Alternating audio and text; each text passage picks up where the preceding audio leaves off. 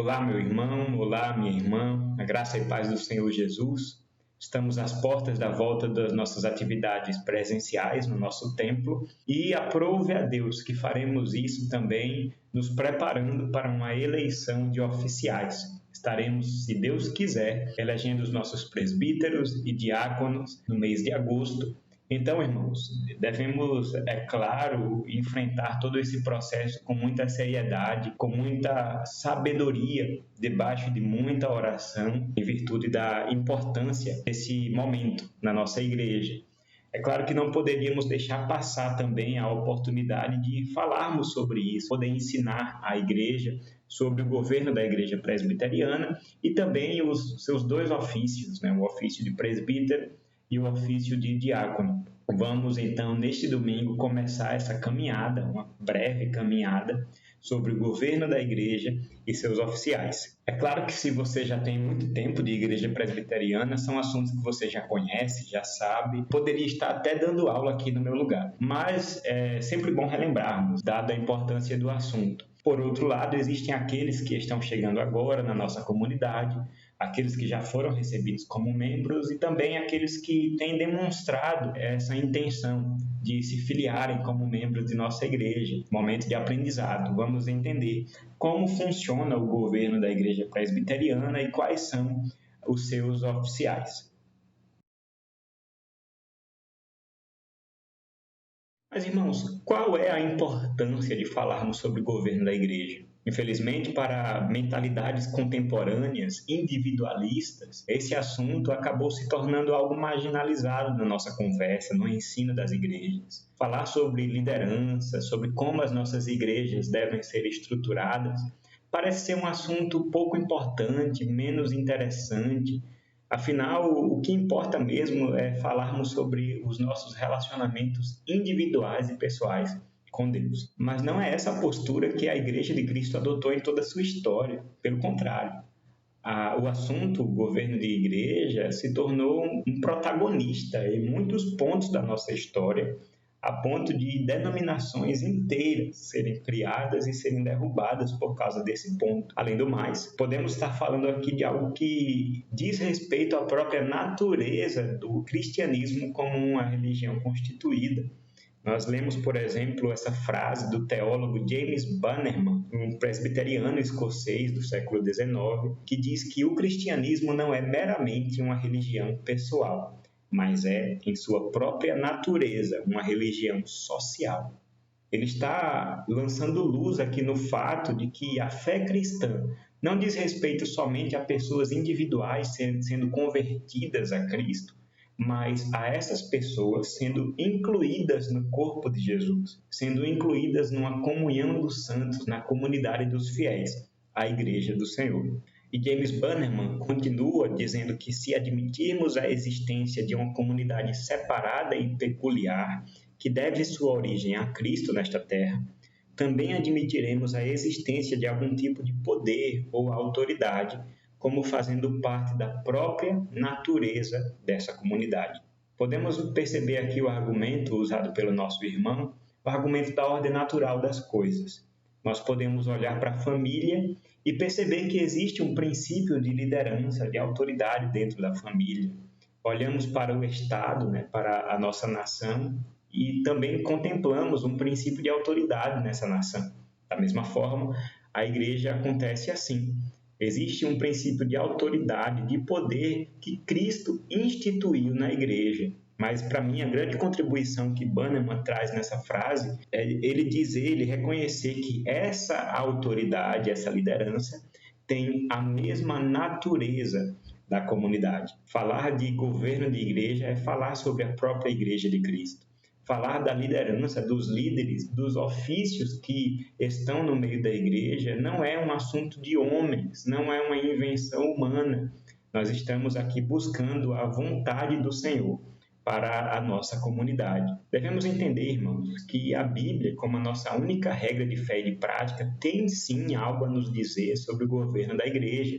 Os princípios estão lá. É certo que não existe uma constituição rígida sobre qual deve ser de maneira definitiva o governo da igreja, mas nós, como presbiterianos, buscamos os princípios que compõem o nosso governo diretamente da palavra de Deus. Nós não estamos pretendendo inventar a roda, dar tiros no escuro. Pelo contrário, fazemos o que fazemos para obedecer os princípios deixados na palavra de Deus. E é por isso, irmãos, que é importantíssimo falarmos sobre o governo da igreja, sobre os seus oficiais, sobre como reconhecê-los, como testemunhar deles, se queremos zelar pelo testemunho da igreja, pelo cumprimento da missão da igreja, pela saúde de nossa comunidade. É isso que faremos nessa caminhada. Para falar, irmãos, dos governos de igreja que se estabeleceram, como modelos ao longo da história da igreja cristã, nós não poderíamos deixar de falar sobre um contexto muito específico, posterior à Reforma Protestante, mais especialmente ali nos séculos 17 e 18, quando, uma vez questionado finalmente a hegemonia da Igreja Romana sobre toda a terra, ali na figura do Papa, o Bispo de Roma, sendo representante de Cristo na terra, governando todas as igrejas. Uma vez questionado esse modelo de governo de igreja, surgiu de maneira muito específica na Inglaterra, dos puritanos, 3 modelos de igrejas que devem chamar a nossa atenção. O modelo episcopal, o modelo congregacional e o modelo presbiteriano. As igrejas que adotavam esses 3 modelos, elas, pelo menos naquele momento, não eram tão diferentes na teologia e na doutrina que carregavam. Elas se diferenciavam unicamente, principalmente, por causa do governo que elas adotavam. Umas eram congregacionais, outros episcopais e outras presbiterianos. Entrando de maneira mais específica nesses 3 modelos, podemos olhar primeiro para o modelo congregacional, que pode ser resumido como o governo de igreja distribuído entre todos os membros de uma comunidade. Seria o que de mais democrático nós poderíamos dizer assim. As igrejas que adotam esse modelo, elas passam todas as decisões, desde a mais simples decisão administrativa, como qual vai ser a cor da parede da igreja ou numa reforma, até as mais complexas decisões de disciplina, de membresia, por exemplo, a disciplina de um membro faltoso, a recepção de novos membros no meio da igreja. Todas essas decisões seriam passadas por toda a congregação, daí o nome, modelo de igreja congregacional. Um fundamento bíblico que é levantado para o modelo congregacional de governo de igreja está lá no Evangelho de Mateus, capítulo 18, versículo 17, quando Cristo ordena que um irmão pecador seja levado à igreja para que a verdade se estabeleça. Caso ele não ouça a igreja, ele é lançado fora da comunhão, considerado como um gentio e publicano. Uma objeção que nós poderíamos levantar para esse fundamento está logo depois, no contexto imediato após essa fala de Cristo, quando ele diz que se 2 ou 3 se reunirem em nome de Jesus, ali ele está no meio deles. Então, podemos entender que a igreja ali pode ser um modelo representativo, como nós vamos falar mais tarde do modelo presbiteriano. Agora, sobre o governo de igreja episcopal, nós temos o contrário do que seria o congregacionalismo. Enquanto as igrejas congregacionais adotam o governo de todos que pertencem à comunidade, o governo episcopal assume o governo de uma pessoa só. Essa autoridade estaria limitada a essa pessoa, independentemente da denominação que é usada, pastor, bispo, presbítero ou até apóstolo, como algumas denominações teimam em chamar os seus líderes.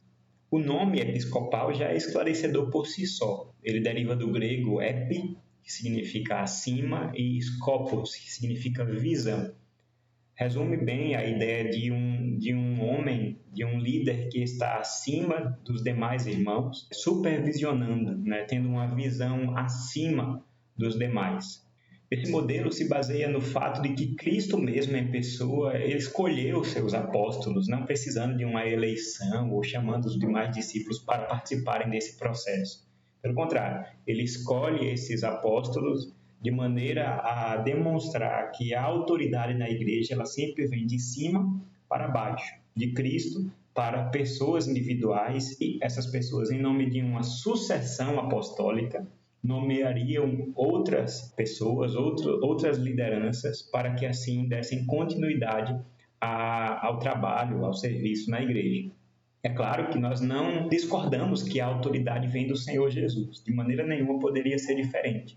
Mas devemos entender que temos no Novo Testamento exemplos de eleição de autoridades, tanto de presbíteros como também de diáconos. Devemos nunca esquecer que os apóstolos pertenciam a um tipo muito específico e extraordinário de ofício no meio da igreja. Era um ofício que pertencia somente ao fundamento da história da igreja cristã. Ficou apenas no primeiro século. Hoje, nós não temos mais apóstolos. Temos, é claro, a liderança da igreja, que é constituída pelo próprio Cristo, pela instrumentalidade da igreja do Senhor Jesus espalhada pela terra. A título de exemplos desses dois modelos de igreja, nós temos no modelo congregacional a Igreja Batista como seu principal exemplo. As igrejas batistas, elas são autônomas em si mesmas, elas têm essa autoridade e essa independência nas congregações e se vinculam a convenções, mas essas convenções elas não têm nenhum poder de determinação sobre as igrejas locais. As igrejas locais têm essa autonomia administrativa. Nas igrejas episcopais, nós temos propriamente as igrejas que são chamadas de igrejas episcopais, a igreja anglicana, por exemplo, mas também a maioria das igrejas pentecostais e neopentecostais são também desse tipo. A Assembleia de Deus, por exemplo, ela tem um pastor presidente que preside as igrejas no estado e tem na figura do pastor essa unidade de liderança administrativa em todo o território. O modelo de governo de igreja presbiteriano ele se coloca aqui como um ponto de equilíbrio entre os demais. Enquanto o governo congregacional é o governo de todos, o governo episcopal é o governo de uma pessoa só, o governo presbiteriano é o governo de alguns. Seria algo muito semelhante ao que poderíamos chamar de democracia representativa, algo que acontece no nosso país, por exemplo, de maneira secular. Nós escolhemos os nossos representantes, os deputados, os senadores, os vereadores, e eles nos representam no exercício do poder público. Esse é o modelo de igreja que nós, obviamente, Igreja Presbiteriana do Brasil, adotamos. Um modelo equilibrado, que busca também os seus fundamentos bíblicos, assim como os outros, e esses fundamentos serão o objeto da nossa aula no próximo domingo. Estudaremos com mais calma esse modelo, obviamente, por se tratar do nosso modelo. Então, espero que tenha sido um bom panorama, uma introdução apenas, mas que serve para lançar essas bases sobre esse assunto tão importante. Vamos tratar com mais calma no próximo domingo. E é claro que muitos outros modelos existem de governo, de igreja, que ficaram de fora, apenas aqui um apanhado superficial sobre esse assunto. Existe muito livro, muita boa literatura, muitos vídeos na internet que podem ser esclarecedores nesse assunto. Mas espero, irmão, que tenha sido proveitoso para você. Deus te abençoe.